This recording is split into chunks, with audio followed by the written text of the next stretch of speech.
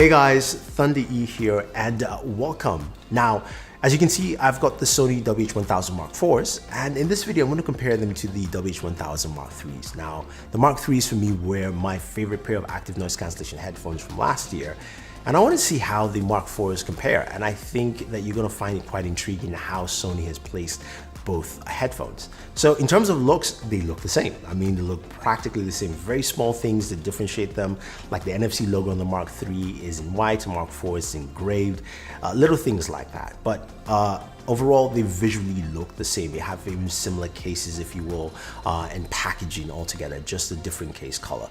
Now, when we take a closer look at the Mark IVs, the button layout is just slightly changed. It's a power button, there's a headphone jack, there's also a custom button for you to set for either your ambient noise or, of course, your voice assistants. Now, ambient noise goes to level 20 and it's got that adaptive sound to, again, some of those great features you find in this Sony app.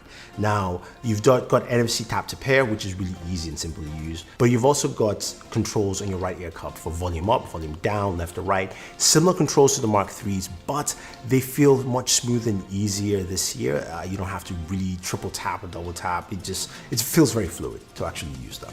Now, in terms of new features, there's one you'll actually see as a physical feature, but also a feature that works well with the headset, is if you look at the left ear cup, there is a divot and also has like a small window. That window is a sensor so that when you're listening to music and you take your headphones off, it actually pauses the music for you. And that's a great feature, something we've seen in other headsets, good to see here.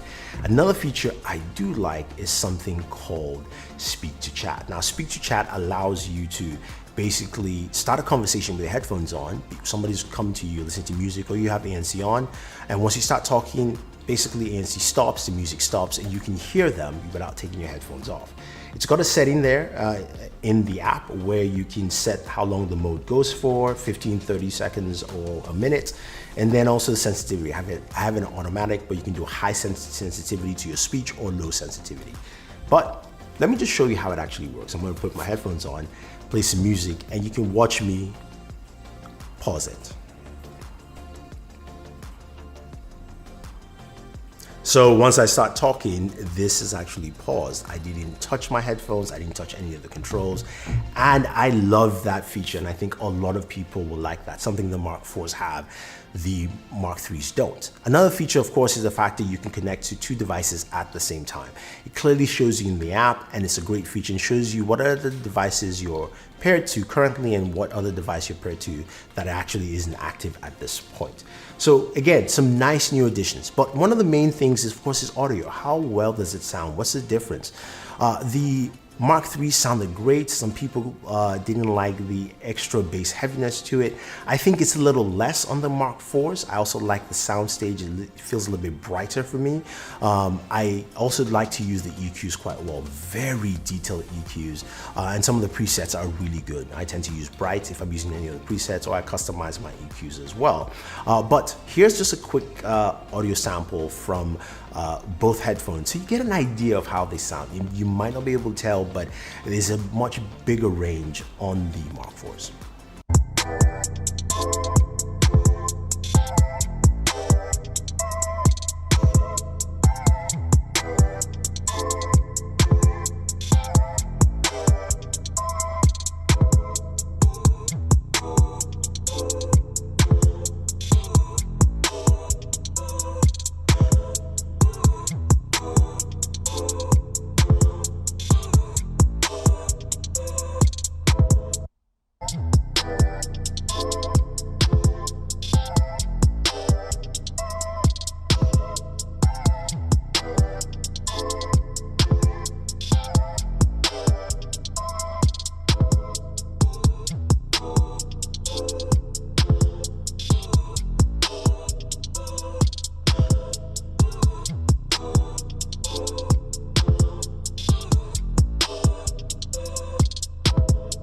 So that's what audio sounds like, and I think they do a really good job with these headphones. I think they're really solid.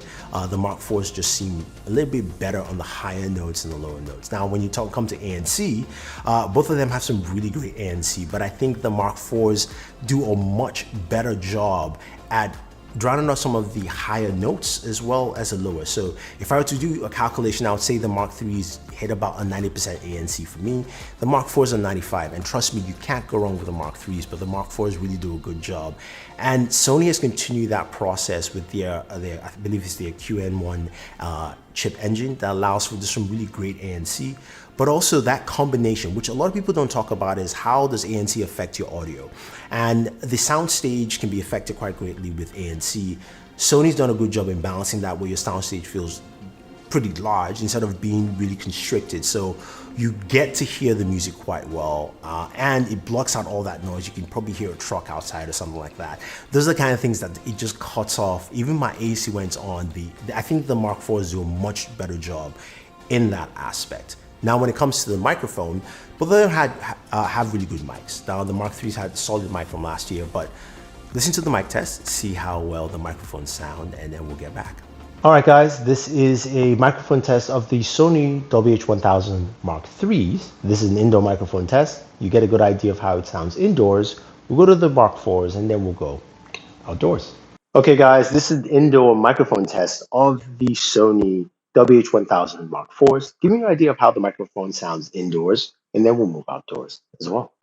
Okay, so this is the Sony WH-1000 Mark IIIs, and of course this is a mic sample outdoors. It might get a little bit windy, even though it's not windy right now, and we might hear some honking, but a good idea of what the microphones sound like when you're talking on the phone outdoors, chatting with some friends. Okay, so this is a microphone test of the Sony 1000 Mark IVs outdoors, giving you a good idea of how the microphone sounds like and what to expect. Of course, it might get a little bit windy, and also there might be some honking, but you get the general idea. So let's go ahead and round this up.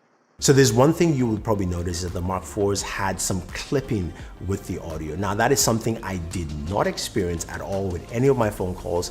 I did ask a bunch of people while having conversations with them, and they didn't notice any of that. I think that might have been an issue with just recording. I tried recording it a couple of times, but that's just what happens. But focusing on the audio quality, I would say the Mark IVs do a good job at actually canceling a lot of background noise. So with the Mark IIIs, you heard more of the wind and just the surrounding air around me, while with the Mark IVs, that kind of was cut off from this. So that's just something to take note. But I think their mics are very, very similar in terms of microphones. Now, battery life is also similar with both of them. You do have 30 hours with ANC on and 38 with ANC off. So great battery life all around. And I think you're definitely going to enjoy and use them for a lot of hours. You've also got that quick charge feature, 5 minutes, I believe it's 5 or 10 hours. I could be wrong, but it'll be on screen there for you. But they're both the same in terms of battery life and charging. Full charge takes you about 3 hours or so. I think overall though, both headphones are really good. The Mark IIIs are a solid pair of headphones, and I think a lot of people will like them. And if you want to pick them up, I would say honestly, go ahead. The Mark IVs just take it to another level, where the things that a lot of people complained about, Sony came in and fixed it. So, we do have the ability to connect to 2 devices at once with the Mark IVs. You also have that speech to chat feature. It's great to be able to just have your headphones on and have a conversation, and the music automatically stops for you. That's great. The addition of the custom button also as well, and also the app, and there's the full functionality. Plus, when you look at the audio, how the audio has been improved, as well as also the ANC altogether, you get a really solid pair of headphones. So to me, yes, the Mark IVs are definitely better and do showcase what Sony can do with active noise cancellation and audio altogether. But they are still both great headphones, and I think the Mark IV is now the new king that everyone has to come in and beat. So if you have any questions or any comments about the Sony WH-1000 Mark IVs or even the WH-1000 Mark IIIs, let me know. Otherwise, don't forget to like, share, subscribe, and always enjoy your entertainment.